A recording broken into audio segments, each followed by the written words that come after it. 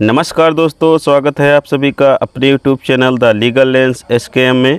आज हम लेकर आए हैं MCQ क्वेश्चन और ऑनलाइनर जो प्रतियोगी परीक्षाओं के लिए बहुत ही महत्वपूर्ण है, चाहे SSC CGL हो या SSC हो या बार काउंसिल का एग्ज़ाम हो, जुडिशरी हो, APO हो या UPSC हो, सभी में अक्सर ये क्वेश्चन पूछे ही जाते हैं। तो चलिए शुरू करते हैं। पहला क्वेश्चन है, अनुच्छेद 1 क्या कहता है? आंसर है भारत राज्यों का एक संघ होगा। नेक्स्ट, भारत राज्यों का एक संघ होगा यह किसका प्रतीक है? भारत की एकता और अविभाज्यता का प्रतीक है। क्वेश्चन 3, अनुच्छेद 1 के अंतर्गत भारत के क्षेत्र को कितने भागों में बांटा गया है?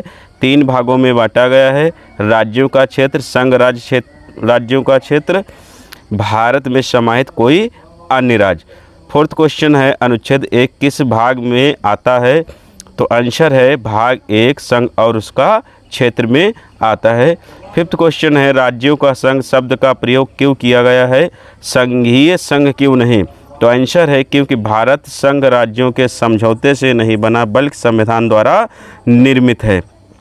जो हमारे यहाँ भारत में संघ बना हुआ है वो अमेरिका की भांति नहीं है, बल्कि ये किसके द्वारा निर्मित है? संविधान के द्वारा निर्मित है। जबकि अमेरिका का जो संघ है वो राज्यों के द्वारा बनाया गया है। नेक्स्ट क्वेश्चन है जो अनुच्छेद 2 से सम्मिलित हैं।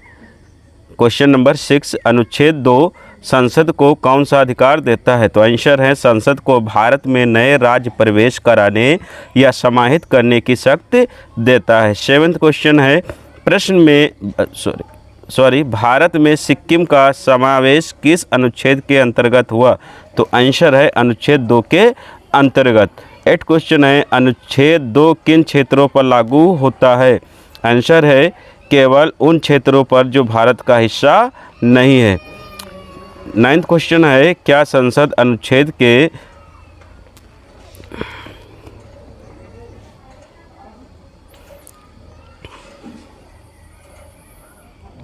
9वां क्वेश्चन है, क्या संसद अनुच्छेद 2 के तहत शर्तों के साथ क्षेत्रों को भारत में सम्मिलित कर सकती है?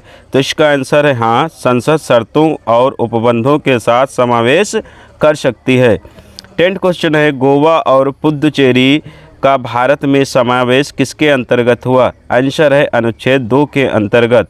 अनुच्छेद 3 से पूछे जाने वाले क्वेश्चन नंबर 11, अनुच्छेद 3 संसद को क्या अधिकार देता है? आंसर नए राज्यों के निर्माण, सीमा परिवर्तन, नाम परिवर्तन और राज्य विभाजन का अधिकार देता है। क्वेश्चन नंबर 12, क्या राष्ट्रपति को किसी राज्य के पुनर्गठन से पहले उस राज्य की विधानसभा से राय लेनी होती है? तो आंसर है हाँ, लेकिन वह राय जो होती है बाध्यकारी नहीं होती। 13वां क्वेश्चन है, अनुच्छेद 3 के अंतर्गत कौन सा बिल लाया जाता है? आंसर राष्ट्रपति की सिफारिश पर संसद में साधारण विधेयक लाया जाता है। क्वेश्चन नंबर 14, किस वर्ष राज्य पुनर्गठन अधिनियम पारित हुआ? तो आंसर है 1956 में। 15वां क्वेश्चन है, अनुच्छेद 3 किस भाग का हिस्सा है? तो आंसर है इसका भाग 1 संघ और उसका क्षेत्र। 4th क्वेश्चन से पूछे जाने वाले क्वेश्चन नंबर 16, अनुच्छेद 4 का क्या प्रावधान है? आंसर है अनुच्छेद 2 और 3 के अंतर्गत बनाए गए विधेयकों को संविधान संशोधन नहीं माना जाएगा। यानी जो आर्टिकल 2 और 3 में विधेयक होंगे उनका संशोधन जो संविधान में होगा वो संविधान संशोधन आर्टिकल 368 के तहत हिस्सा नहीं माना जाएगा, यानी वो विधि का रूप नहीं लेगा। फिर है 17 क्वेश्चन, क्या अनुच्छेद 2 और 3 के अंतर्गत बनने वाले कानून संविधान संशोधन माने जाते हैं? उत्तर है नहीं, इन्हें संविधान संशोधन नहीं माना जाएगा, अनुच्छेद 368 के अंतर्गत नहीं आते। 18 क्वेश्चन है, क्या अनुच्छेद 4 के तहत भारत का प्रथम परिशिष्ट फर्स्ट शेड्यूल बदला जा सकता है? तो आंसर है हाँ, इसे बदला जा सकता है और इसे संविधान संशोधन नहीं माना जाएगा। 19 क्वेश्चन है, अनुच्छेद 4 के अनुसार संविधान के किन हिस्सों में संशोधन किया जा सकता है? आंसर है प्रथम और चतुर्थ परिशिष्ट में।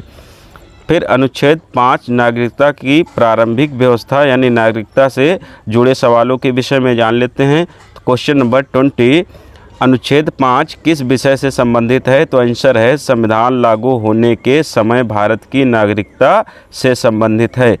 क्वेश्चन है 21, संविधान लागू होने के समय कौन भारतीय नागरिक माना जाएगा? आंसर है जो भारत में जन्मा हो या उसके माता पिता भारत में जन्मे हो या जो 5 वर्ष भारत में रहा हो। 22 क्वेश्चन है, क्या अनुच्छेद 5 के प्रावधान अस्थायी हैं? उत्तर नहीं, ये केवल संविधान लागू होने के समय के लिए थे। 23 क्वेश्चन है, संविधान लागू हुआ था किस दिन को? 26 जनवरी 1950 को पूर्ण रूप से लागू हो गया था। 24 क्वेश्चन है, नागरिकता संबंधी अस्थायी कानून कब बना? तो नागरिकता संबंधी अस्थायी कानून 1955 नागरिकता अधिनियम सिटीजनशिप एक्ट बना था। 25 क्वेश्चन है, भारत के संविधान के अनुसार अनुच्छेद 6 किससे संबंधित है? तो इसका आंसर है भारत में अप्रवासियों की नागरिकता से संबंधित है। ये दो ऑब्जेक्टिव टाइप आ गए हैं। नेक्स्ट क्वेश्चन है 26, अनुच्छेद 7 किस विषय से संबंधित है? तो इसका आंसर है कि अनुच्छेद 7 पाकिस्तान गए और फिर लौटे लोगों की नागरिकता से संबंधित है। 27 क्वेश्चन है, संविधान का कौन सा अनुच्छेद भारत में प्रवासियों की नागरिकता का प्रावधान करता है? इसका आंसर है अनुच्छेद 6। 28 क्वेश्चन है, किस अनुच्छेद में कहा गया है कि यदि कोई व्यक्ति भारतीय नागरिक रहते हुए किसी अन्य देश की नागरिकता प्राप्त करता है तो वह भारतीय नागरिक नहीं रहेगा? तो इसका आंसर है अनुच्छेद 9 ऑप्शन सी। 29 क्वेश्चन कहता है कि संविधान का कौन सा अनुच्छेद संसद को नागरिकता से जुड़े कानून बनाने का अधिकार देता है? तो इसका आंसर है ऑप्शन बी अनुच्छेद 11। 30 क्वेश्चन दोस्तों कहता है कि भारतीय संविधान के अनुच्छेद 8 के अनुसार नागरिकता किस पर लागू होती है? तो इसका आंसर है ऑप्शन नंबर सी, भारत के बाहर रहने वाले भारतीय मूल के लोगों पर। 31 क्वेश्चन है दोस्तों, संविधान के किस अनुच्छेद में प्रावधान है कि नागरिकता के अधिकार को कानून के अनुसार विनियमित किया जा सकता है? तो इसका आंसर है ऑप्शन नंबर बी अनुच्छेद 11। 32 क्वेश्चन, भारतीय संविधान के अनुसार नागरिकता से जुड़े अंतरिम प्रावधान कहाँ वर्णित हैं? तो इसका आंसर है ऑप्शन नंबर बी भाग 2 में, क्योंकि भाग 1 क्या है? संघराज्य क्षेत्र है। भाग 3 क्या है? मौलिक अधिकार फंडामेंटल राइट, और नागरिकता के प्रावधान भाग 2 में दिए गए हैं। 33 क्वेश्चन है, कौन सा अनुच्छेद उस व्यक्ति की नागरिकता को संबोधित करता है जो संविधान लागू होने से पहले भारत में रह रहा था? तो इसका दोस्तों आंसर है अनुच्छेद 5। 34 क्वेश्चन है, अनुच्छेद 10 क्या सुनिश्चित करता है? तो इसका आंसर है ऑप्शन नंबर सी, नागरिकता के निरंतर अधिकार को सुनिश्चित करता है। तो दोस्तों इतने क्वेश्चन थे। यदि वीडियो पसंद आया हो तो वीडियो को शेयर करिए दोस्तों के साथ और लाइक करें। यदि नए हैं तो चैनल को सब्सक्राइब करें, बेल आइकन दबाना ना भूलें। धन्यवाद दोस्तों।